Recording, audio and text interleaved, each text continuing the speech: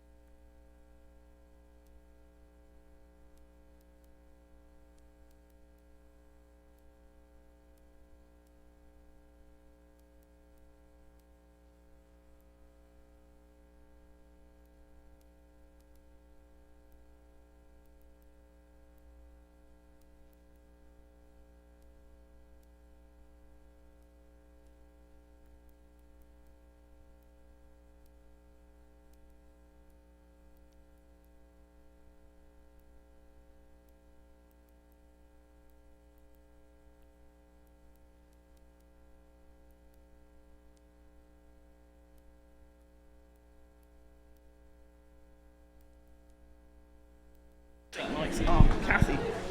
Hey. Hey.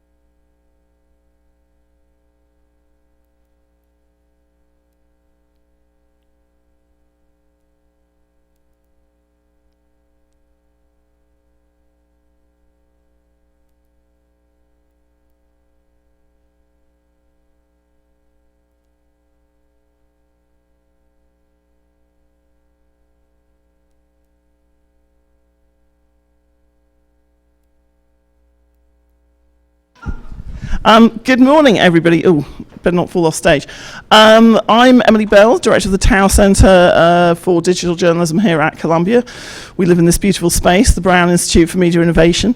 Thank you so much. Ben Smith and I were just saying to each other, we didn't think a summer Friday, beautiful day, one train not really working, it will be empty. But luckily, this is a defining, well, do you know, up until about sort of 3 a.m., this was a defining issue for our,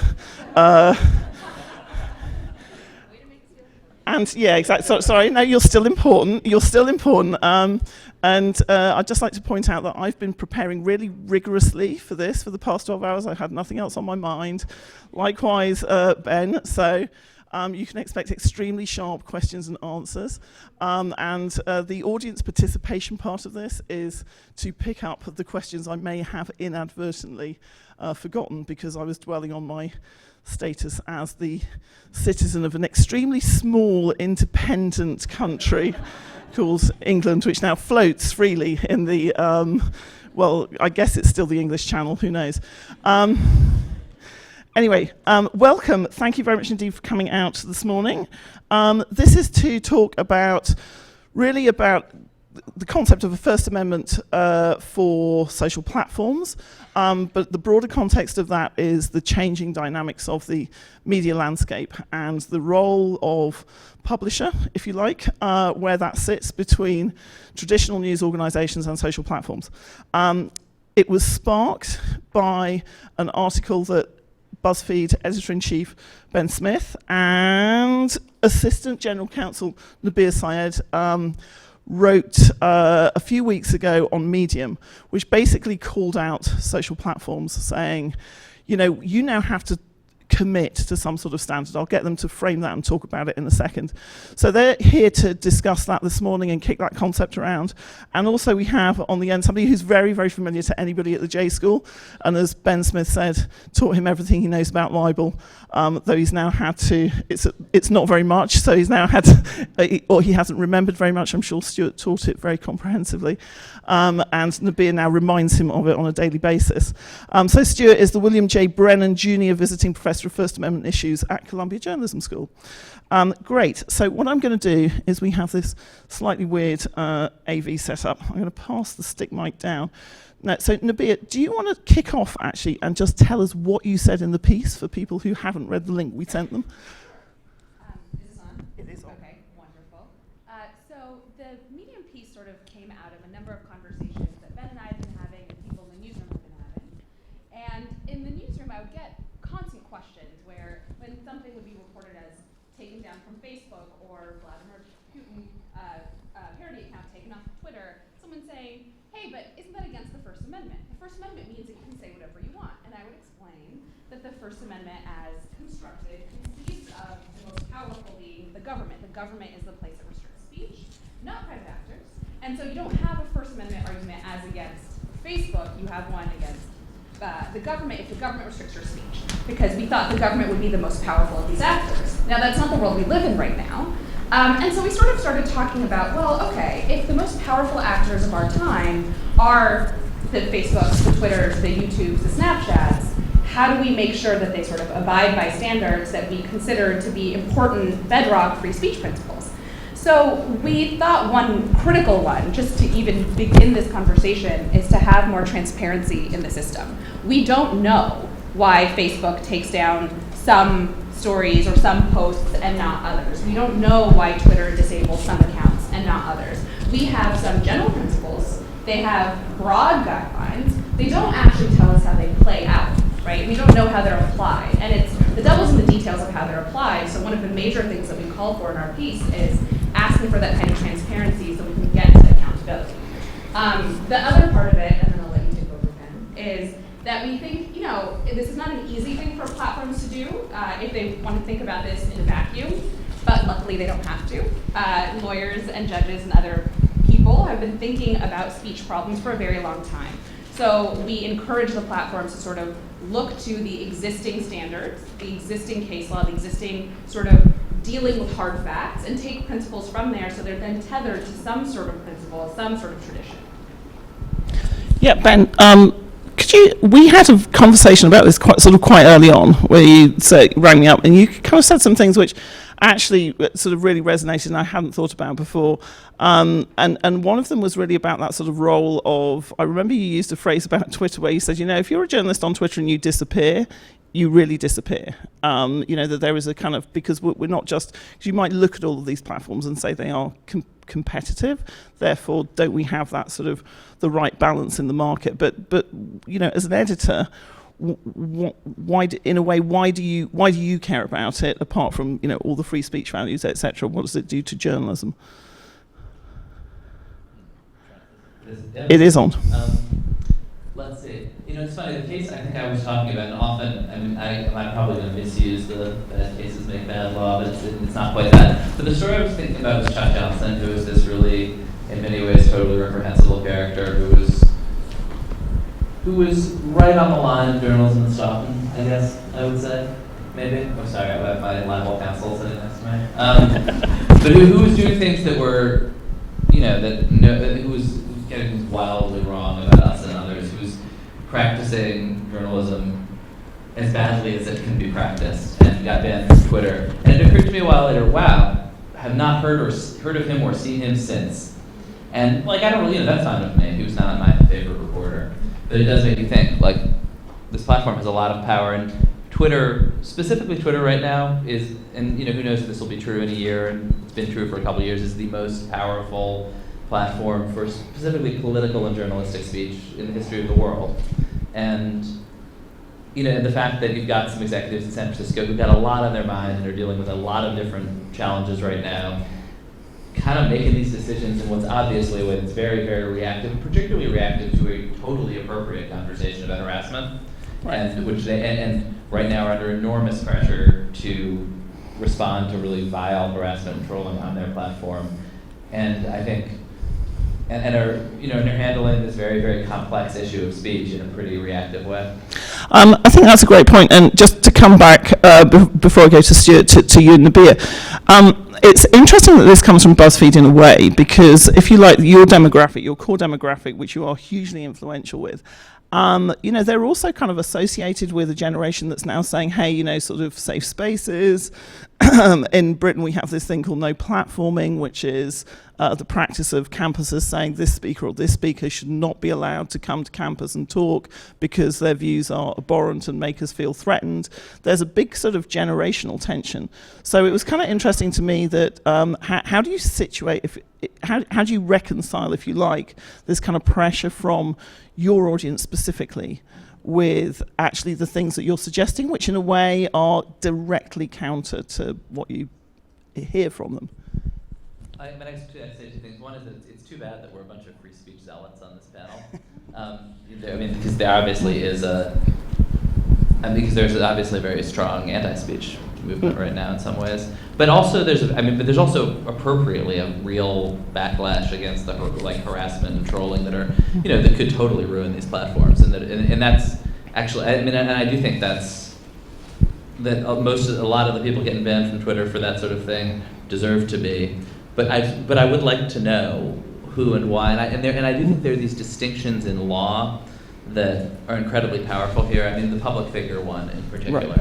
Which is if you're Boris Johnson and somebody's using, God, British people use horrible words when they talk about politics that I will not repeat. But Boris Johnson is having a lot of four-letter words thrown at him right now, and that strikes me as fine, and not Yes. and not Can I just say that it strikes me as fine as well? I mean in an abstract sense. Yeah. Whereas if you're a private citizen and you're not and some people are screaming curses at you, they should be thrown off, and that's a very clear distinction. It's a hard distinction. It's complicated. Fortunately, there are hundreds of years of law figuring it out. I think the platforms are sort of operating on instinct and trying to, in a way that's often very positive in Silicon Valley, making stuff up as they go along. Well, so this is. I want to bring Stuart in here. Actually, sorry, you have to pass him the stick mic. We could actually, you could hear us if we all shouted, but we are on live stream, so we have to go through this. Stuart, that point about that Ben just made about kind of interventions and legal interventions, hundreds of years of case law versus kind of a framework of rules now. Can you give us your kind of perspective on how the ecosystem has really changed, and what is the actual kind of?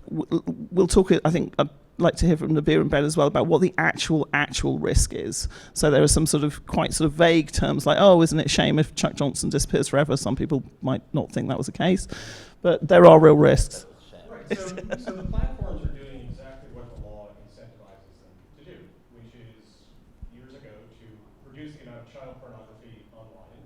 Congress passed the Communications Decency Act, Section 230. What that said was basically, you're just a distributor.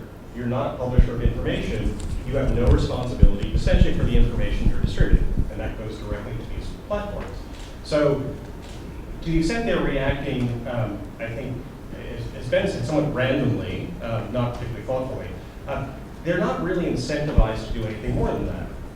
The consequences for them, therefore, are really pretty much zero from a legal perspective. So, if someone is stalking on Facebook, not Facebook's problem. It's the stalker, perhaps, but it's not theirs because they're just a distributor. They are not a publisher of the information.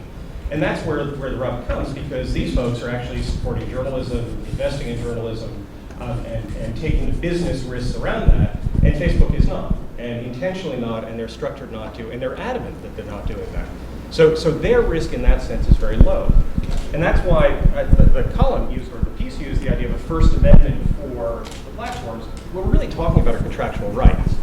And the problem with that is, what's the leverage that BuzzFeed and others have? And Emily, you did the piece on your study about how basically the media today has no idea really what to do except to try almost anything on these platforms.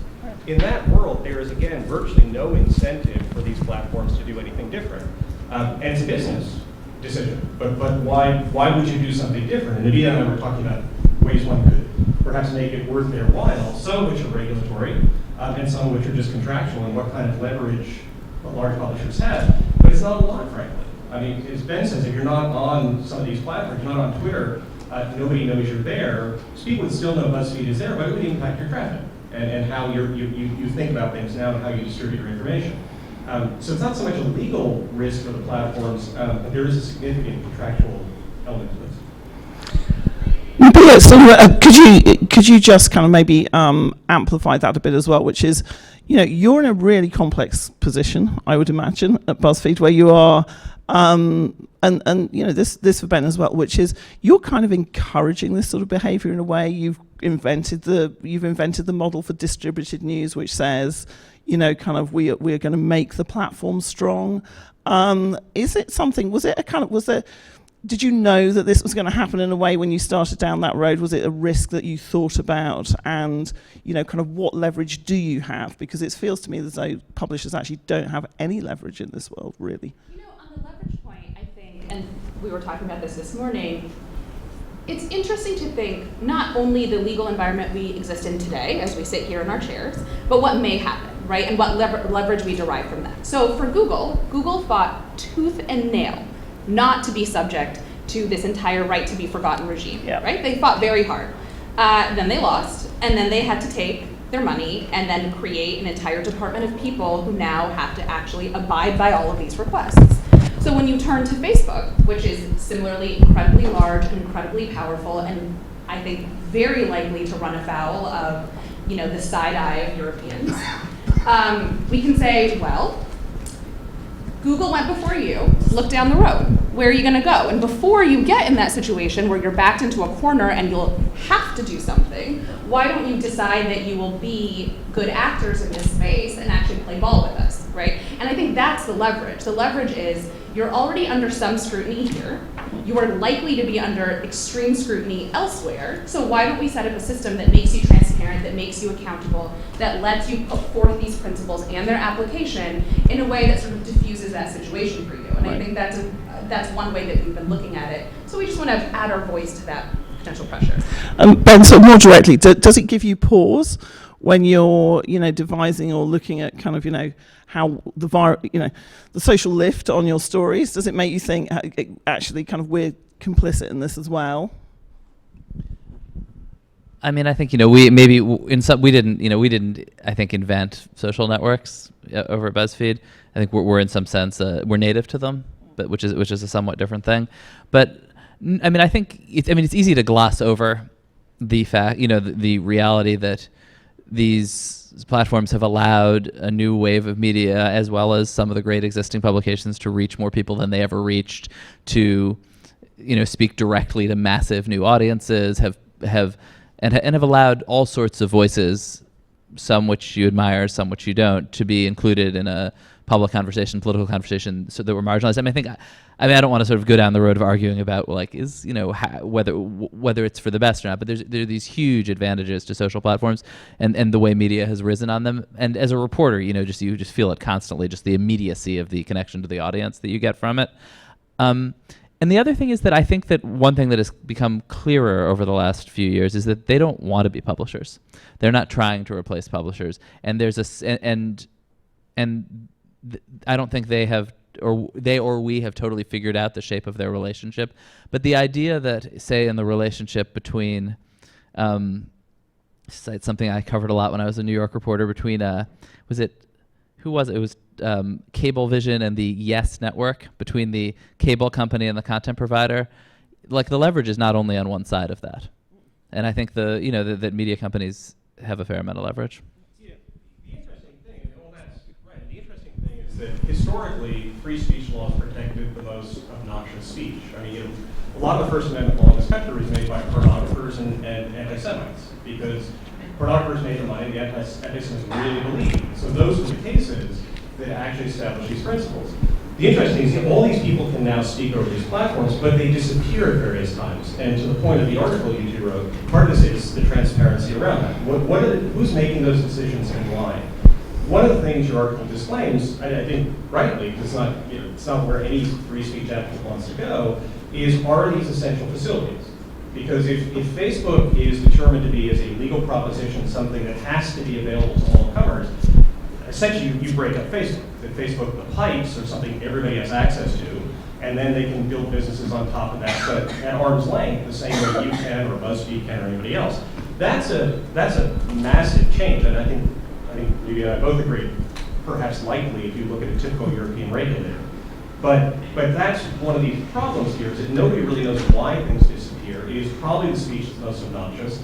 Some of it we might all agree is the right thing, and then some of it you think, well, this is part of the public debate and historically speech that was protected, and they can't use these pipes, which are basically the way information really can expand into the information being made available. It occurs to me that it's also in this piece, I'm, I think, much the most sympathetic person to the platforms up here and to the challenges they face. So I would just like to toss in one more layer of complexity, which I actually think is pretty important, and which I think was probably the thing that delayed this piece by a month from the time when I called you and said, oh, we've got this interesting point to make to us, finally limping in with this article, which is that, Mike just died. That was Facebook. Yeah, they have a lot of power. If you're trying to ban people, if you're trying to push people off the internet, there's a strategic ambiguity that is very important to the way that you enforce these bans. You shadow ban. You don't let trolls get even the satisfaction of knowing they're banned. They think they're still. That's what muting is about. I think a lot of webinars have tried to shift to technical systems where where bad actors don't actually know they're being banned, and that's a really good way to stop trolling. I think that's where there are places where in the law there also is precedent for this, where you can leave that ambiguity, but maybe where there's an appeals process that's public. I think it's a genuinely complicated challenge. So actually, Ben, just pushing back a little bit on that, it is a genuinely complicated challenge, and you are quite sympathetic to platforms, and that raises another issue of transparency, right? So one of the things about BuzzFeed, which makes it different maybe to, and other publishers different to the cable TV provider model, is that you're now actively involved in a relationship where you have incentives from Facebook. Facebook pays you $3 million to use their live streaming. There is a kind of a conversation that you guys have to have about your core model, which is native advertising, etc. So on that transparency point, isn't it also beholden on the publishers to be much more transparent when you notice or when you see things which are happening on platforms, to call it out more consistently and to report on it?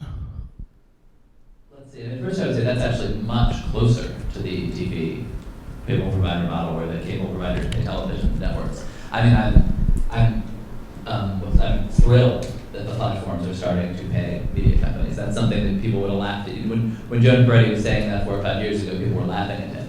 The notion that journalism, that Facebook would pay for journalism. Like, nobody thought that was going to happen, and that's an incredibly positive development, and mirrors television companies. I do think, right, when we write stories about the Facebook Live program, we disclose that we're in it. But I don't think distribution deals are a new thing in the world of media. But we do need more transparency. It seems to me that this is a really complicated relationship now, and that actually publishers, it's easy for you to say you be more transparent with platforms, but you kind of have to lead in a way, don't you? They are. This is alien to their culture, and it's not alien to our culture. I think there's a lot. I mean, it's interesting. We certainly do. I think you tweeted yesterday something of us disclosing our relationship with Facebook Live, and I think those kinds of disclosure are important. And I think there are places where Silicon Valley also very much values what it thinks of as transparency. Those aren't necessarily always exactly the same things. Nabiha.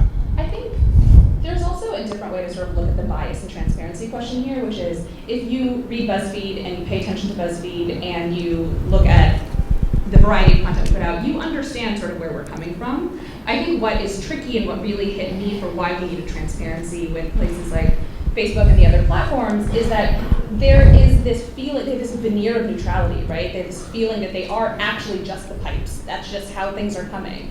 And that we are learning slowly that bias is baked into their system as well. And that's sort of the angle of transparency we want to get at is, look, all systems have bias. We really believe that. It's just a question of knowing where it is and how open it is. And I think as publishers do a pretty good job of you can sort of tell by the content that's out there, you can tell by the people who are writing, you get to know them as people, you understand the business side of things, and increasingly transparency on that end as well. But really it's about the bias in sort of how content is filtered that was really the transparency we want to get to.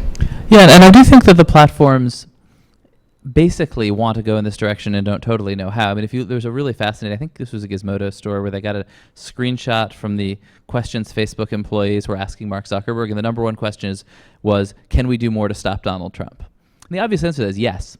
Facebook could make it really hard for Trump and anything with the word Trump in it to spread on Facebook and barrage everyone with Hillary Clinton propaganda. And that's obviously where Mark Zuckerberg's heart is. But they have chosen not to, for whatever reasons, for a mix of political and business reasons, not to essentially act like a media company. Like that's what the New York Times would do. And they also get rid of parody accounts of other world leaders and they keep the parody accounts of Donald Trump. So in fact, they do skew a bit. Well, that's also a point which is we're talking about the First Amendment here. The First Amendment is an American concept, rooted in American law. We're talking about an international ecosystem now, where and Stuart and Nabiha, you might want to frame out as well because you'll do it much better than I will. That actually there are sort of present threats to free speech of that type coming from largely from Europe, a little bit like the right to be forgotten. So is it appropriate? Sorry, Shep. Is it appropriate to even saying the First Amendment it's readily understood here, but is it really the right framework to think about this in a very complex international world? Do we want to export the American standard of free speech everywhere? So we'd love to, but they won't. So, but it's not clear to me how much people actually in this country actually fully understand it as well, and whether they understand it as well today as they did 30 years ago.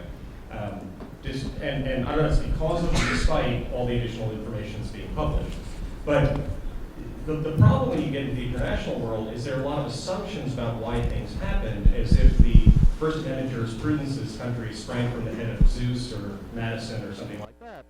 And again, with all sorts of noble causes, and a lot of times it really wasn't.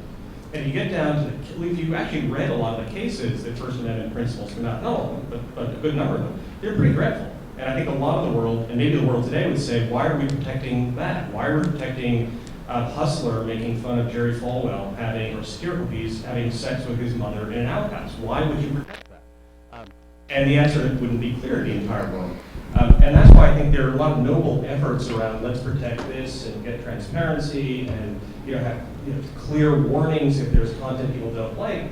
I think it is unlikely to work because I don't think you'll get a consensus around what really is offensive and what is not offensive. And a lot of this is about offending more than it is about defaming or invading privacy. It's not insulting. It's not something else. So we're going to go to Q&A in a minute. But here's a provocation, because you're right, we're all free speech zealots, so I'm going to put myself in a position that I would not normally be in and push back on that a little bit and say, we talk in the press and in journalism, because it's not just the press now, constantly about the liberating effects of platforms, the amazing access that people now have to publishing, and how that has made the world a better place.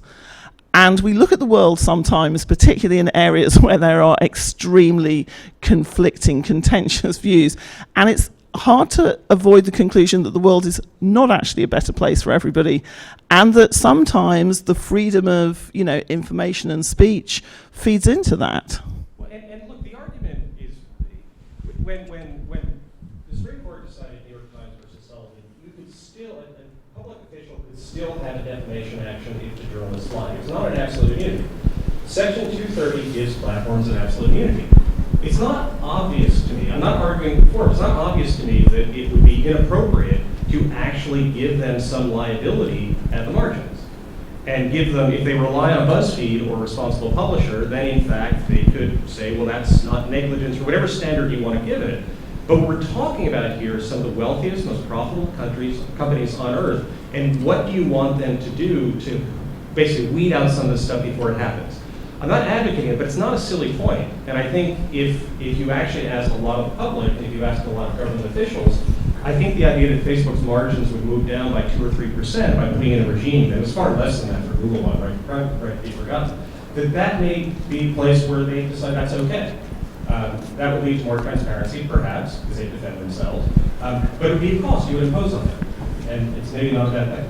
And I think a lot of the world would agree it's probably a good thing. And were you gonna make an intervention there? No. Okay, fine. Question for me, I'll answer. Okay, so Q&A. If people have questions, put your hands up. Unfortunately, I'll have to surrender my mic to you. So just if somebody can come and circulate it, because I am not running up and down even a small number of stairs this morning.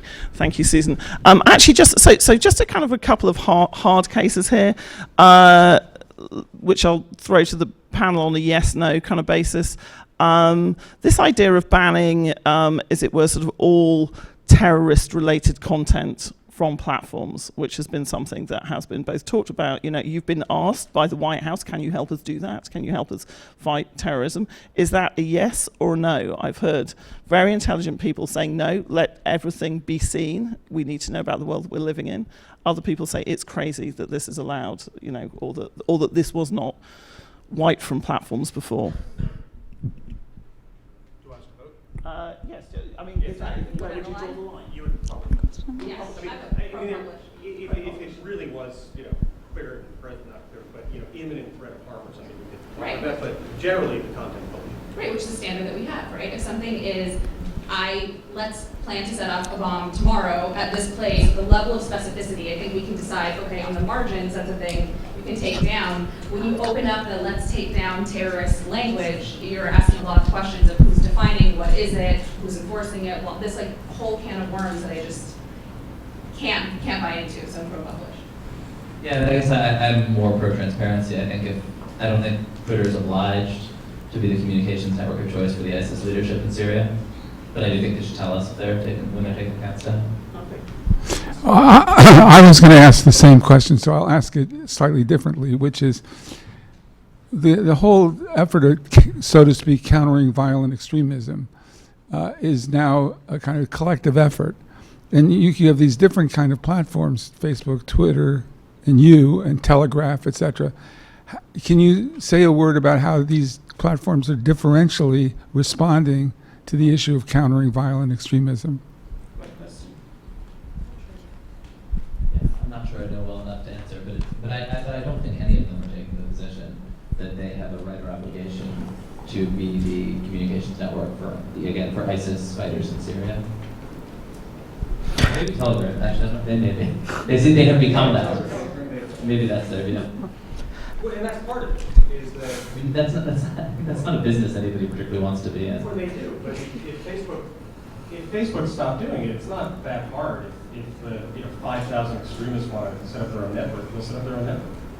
Well, but they want to reach people off their network. I mean, that's. I do think there's. I mean, I do think that in a way, it's what Nabiha was saying before, though. There's an implicit fear, appropriate among platforms of government regulation. And so I do think broadly they're reacting to stay ahead of something that would be so odious to the general public that they would want to be regulated. And I think any kind of regulation would open a door to a lot of regulation. I have a question, because you have mentioned the strength of the government, and you said that it's no longer as powerful as it used to be, and now we're concentrating a lot on the content management from these big companies. But is the case that many governments throughout the world now are using these same standards and some of the same protections that are given under U.S. law to restrict, for example, mem circulation, the use of certain government footage to do certain political videos, and they're using these freedom of speech protections to actually restrict freedom of speech. So to me, it's interesting to hear your perspective. Do you mean copyright protections? Yes, I'm sorry, copyright protections, especially like digital content protections. So to me, it's very interesting to hear this, because I feel like big governments like Venezuela, Russia, Turkey, even a small country like Ecuador are using this to restrict speech. I think this is an adjacent thing, the use of copyright, just because it's just actually a kind of speech restriction. It's not a speech protection in my view, but we had this crazy case where we got a bunch of leaked documents from the Venezuela that was when Snowden was, there was some conversation about going, I guess it was to Ecuador, and we got a leak of documents showing that from the Ecuadorian Internal Ministry of the Interior, I guess, sort of documenting how they were buying equipment to spy on Ecuadorian citizens. And we posted them to Scribd, which is a hosting site, and they got a takedown notice from a representative of the government of Ecuador saying these are our copyright protected documents, take them down. They did. And we hosted them somewhere, and we hosted them and put them on Amazon, and Amazon got a threat letter saying, and was in a position where we were afraid they would take down all our servers. And so we finally moved them over to Document Cloud, which was stood up to this frivolous thing. But I do think you see that on the margins, that these governments are using copyright protection to harass journalists, basically.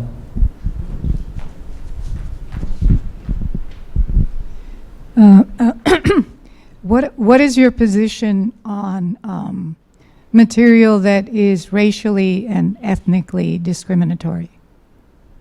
Again, good question. So I asked where would you stand on terrorism? Where do you stand on racially? The ultimate free speech zone. Yes. I'm not the ultimate free speech. I think these platforms actually provide us an opportunity in some ways, because whereas if someone were standing next to you and shouting a variety of slurs, there is no force field you can put over their mouth to muzzle them, right? You have to hear it. On these platforms, I think there is a question of how we can allow these people who have reprehensible views on things. And I can speak personally, I receive a lot of troll messages saying truly reprehensible things. Now, if we can ban them, if there's a form of shadow banning where they can just say their nonsense in a vacuum, in that effectively a digital version of this force field where they're just saying it to themselves and I don't have to hear it, I'm actually fine with that. I'm fine with it being on a platform, I just don't want to be subjected to it. And so I think figuring out ways of cabining this speech so people can fester on their own time and not necessarily psychologically poison everyone else who's trying to live, I think that probably strikes a balance that I'd be okay with.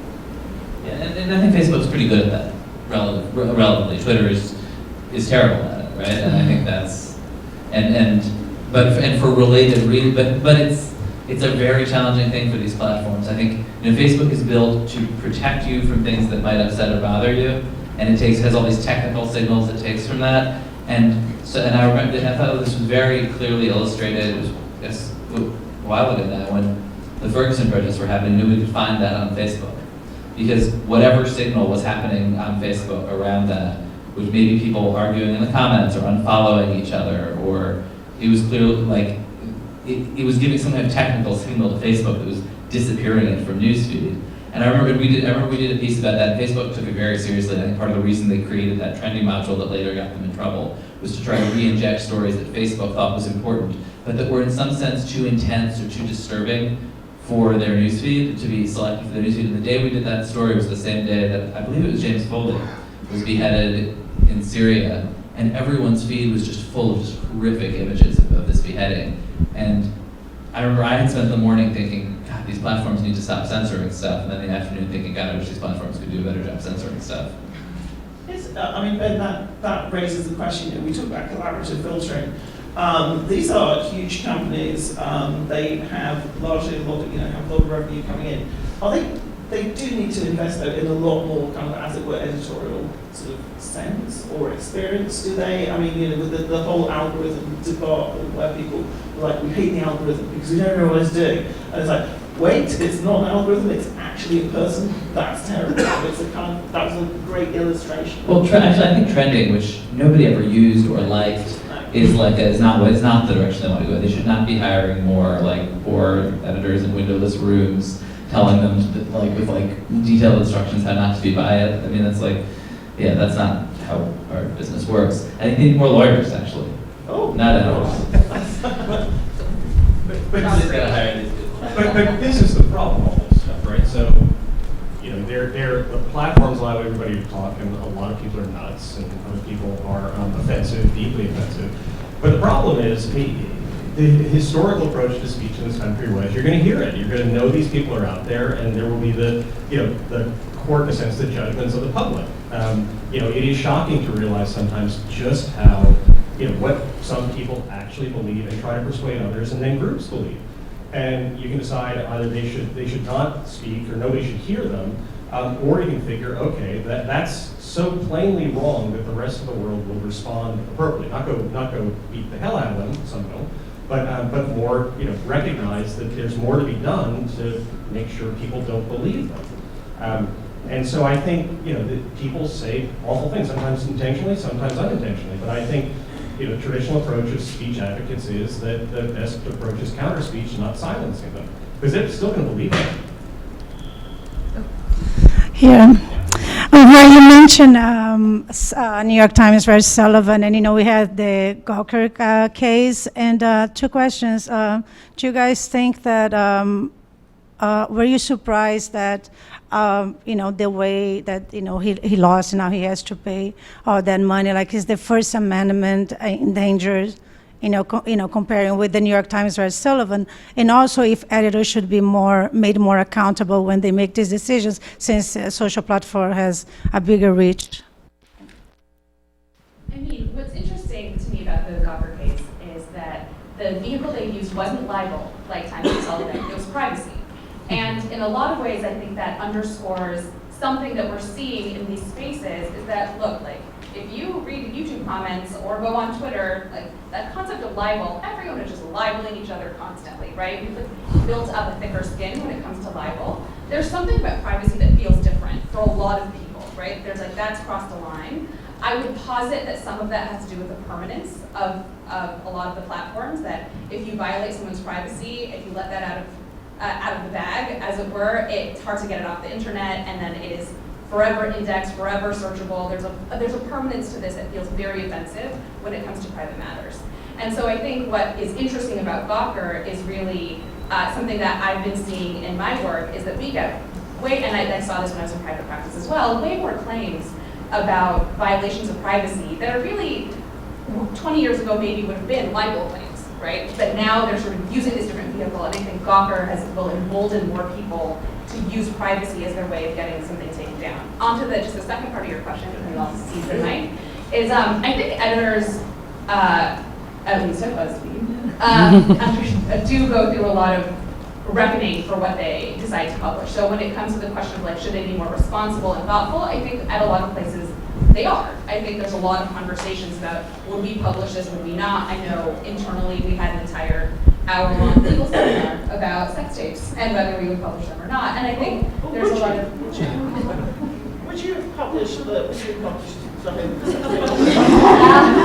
We did. Yeah. You didn't. You could. Yeah, didn't do it. And if we were to decide to in the future, there would be a lot of thought and a lot of care and a lot of thinking about why we are doing this, what is the news value to it, because one of the defenses for privacy claims is that there is in fact a newsworthiness to it. There is a public value to the trade-off that you're making there, and that is something that we would reckon with and take into account. And I think editors do that. I think that this is a healthy reminder to do that, or there's consequences. So great moments in Supreme Court history is there was a period where the justices of the Supreme Court were essentially deciding on a case-by-case basis whether something was obscene. Many of them, not all of them, used to go into the basement and watch the movies.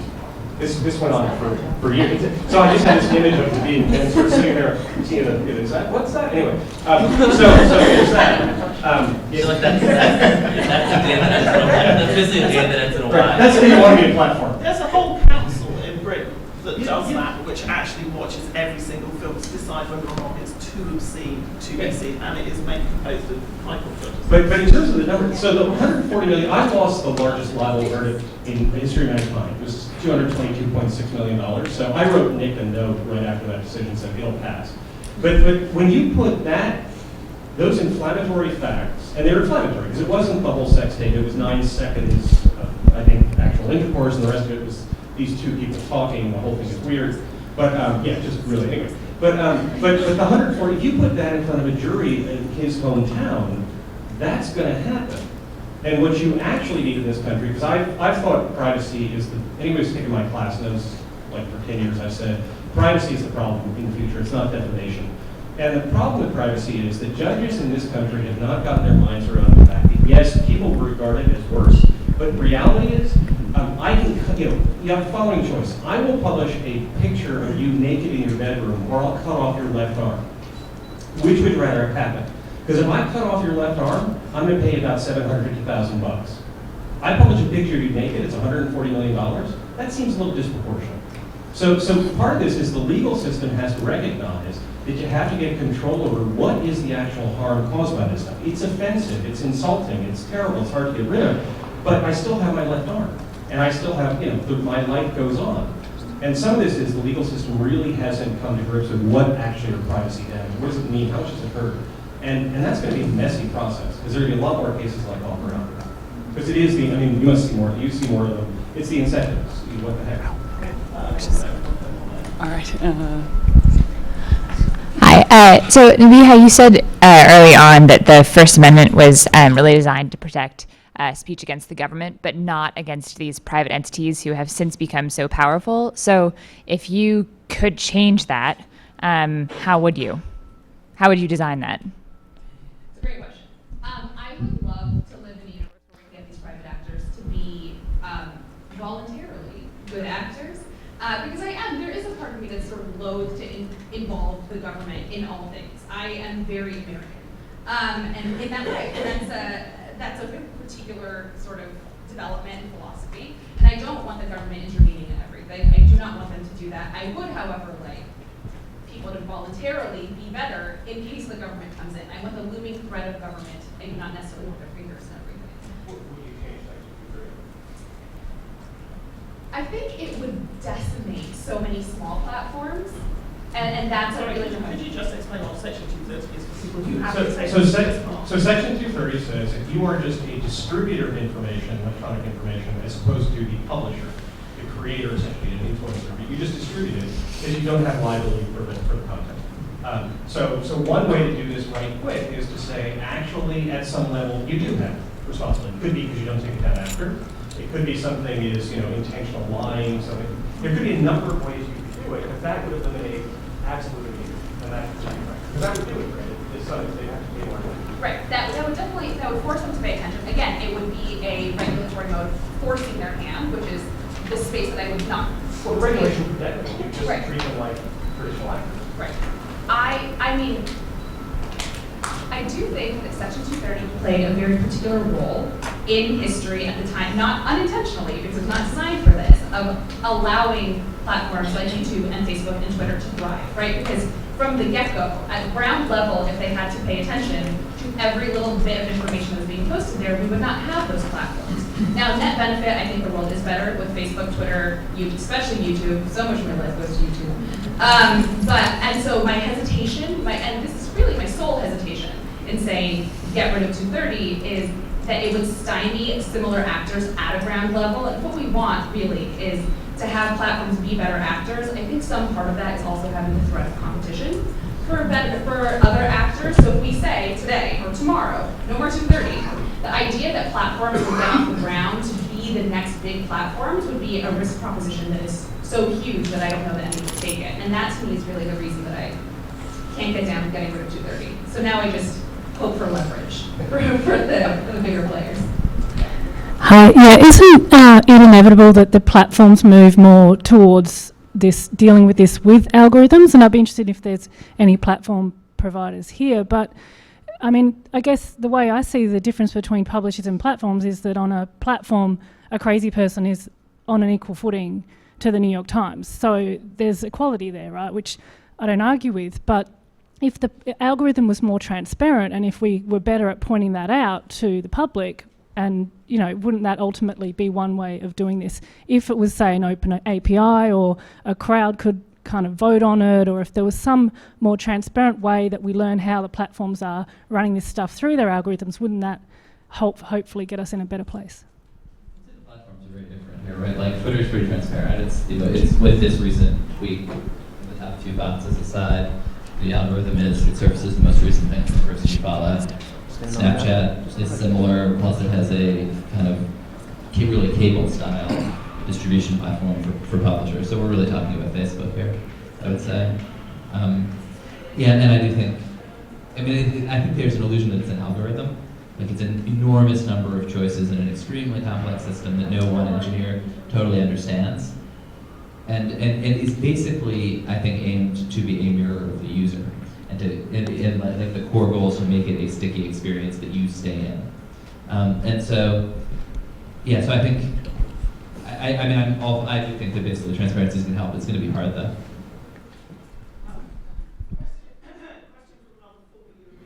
Hello, former European here. My question was on the fact that I'm now a former European. So I think maybe 95% of my Facebook feed in terms of news were kind of pro-Remain pieces or thoughts or kind of think pieces. And we think most of us now get our news from social rather than from any kind of direct source. So I guess we've talked a lot about how publishers shouldn't, or sorry, yeah, how platforms shouldn't do certain things. Is there any responsibility for platforms to kind of provide a broad array of news or thought or opinion? I mean, I actually think that I would assume represents a 5% increase in the amount of anti-Brexit stuff you were getting from when you were a Guardian reader. That's true. I think one more probably. That is a good question again, which is sorry, there's such a level of difference. No, it's that because I work for an investment firm now. We invest in businesses, and one of the things is how do you monetize over Facebook? And it's actually really hard to do reliably because you don't have the consistency. You put it on YouTube, you run advertising against it, you know that it's going to be shown. You don't know on Facebook necessarily because of this wonderful algorithm, which, you know, if you work with a business, every time they're scaling up beautifully, algorithm changes, kaboom. Scale brilliantly, algorithm changes. And so, I do think there is something around this of do you affirmatively make sure as a platform that in fact people get this range? But if you're really mirroring what they think the reader wants, if they're not getting it right, they'll go elsewhere. And given the growth of Facebook, they seem to be generally getting it right. Yeah, I would just say like the experience of the media business, which I feel we are not so much of the part of the U.S. media business that all of us come out of, where you at least attempt to be fair, but a lot of the media business with the cable news is very much about feeding people solely information that they want, that they expect to see, and that confirms their biases. And I actually think Facebook and these social platforms are substantially better. Partly because your social graph on Facebook is your high school friends and your college friends and your parents. It's a fairly, actually, if you look at people's actual social graphs, it tends to be more diverse than you would expect or than you would find politically on traditional media. I'm going to take one more question, and then I think we're up to time after that. So. Just in terms of practical limits on free speech, so if say a journalist came into the White House press room and constantly asked very controversial or stated very controversial content, after a while they might not get access anymore. And the same as if a politician in Congress maybe repeatedly was being quite anti-Israeli in their rhetoric, and they might then get the wrath of the anti-Israeli lobby, so they don't say certain things. Are there certain things as publishers that you have realized that you can't say or publish on these platforms because there's some implicit limit as to, is there some kind of punishment that will come out, and can they even punish you? No, absolutely not. And I think you see things going quite viral on Facebook that are attacks on Facebook all the time. That said, certainly one of the things I do think about is that these platforms are making a set of basically arbitrary, reflexive decisions and sort of codifying a set of rules around speech. That what if in 5 or 10 or 15 years there are huge fights about regulating speech on platforms? How will they treat those? What are the terms of engagement going to be around those? I think it's a reasonable thing to worry about. Although I also think the examples you gave, like there is a very strong tradition in media. In fact, when Obama tried to marginalize Fox News in the press room of the White House, he was forced to relent because other media outlets stood up for them. So I do think there's, in the media tradition, a pretty strong sort of fight for a level playing field with speech with which you disagree that is really in the DNA of these platforms.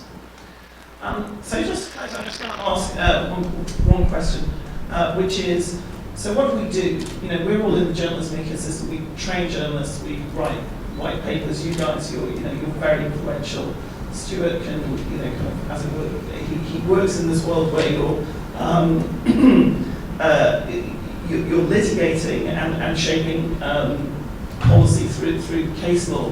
What do we do collectively to actually make what you want happen next? What's the most effective thing?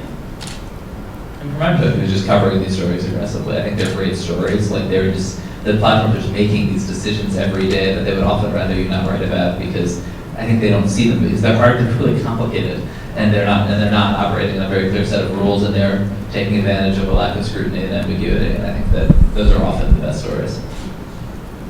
I think coverage is one answer because coverage is a form of pressure. The other is actually, Emily, in some ways what you're already doing, right? By having platforms speak to publishers. Let's actually have the conversation and have that out there, right? And no one was talking about it 5 years ago. We should now, because I actually don't think the right thing is to set up an antagonistic relationship between the two. Not for business reasons and not for the purposes that we're after when it comes to transparency. I think it's important to say, look, you come from a different tradition. We come from a different tradition. You take your road, we take ours, and sort of define those roles in conversation. And through these stories is the way to go. So you have to beat them about the head and chest with a stick. And the two-stitch of coverage, and that's the most important one, because it is preposterous how badly this is covered. It really is. Just you guys should have, let me assign some reporters. You should just have people covering this stuff. And because I think people would be surprised at how it all works. And the other part is I think you have to negotiate better. This isn't anybody on this stage, you guys on the stage for sure. But you got to go to these platforms and basically explain, why what they're doing it's not a business deal you want to make. You're going to go elsewhere, you'll post a different way. And ultimately, you got to be transparent about that as well, so others realize what the example is. I went through this in 1994, 95, as everything started going online, and the media screwed it up.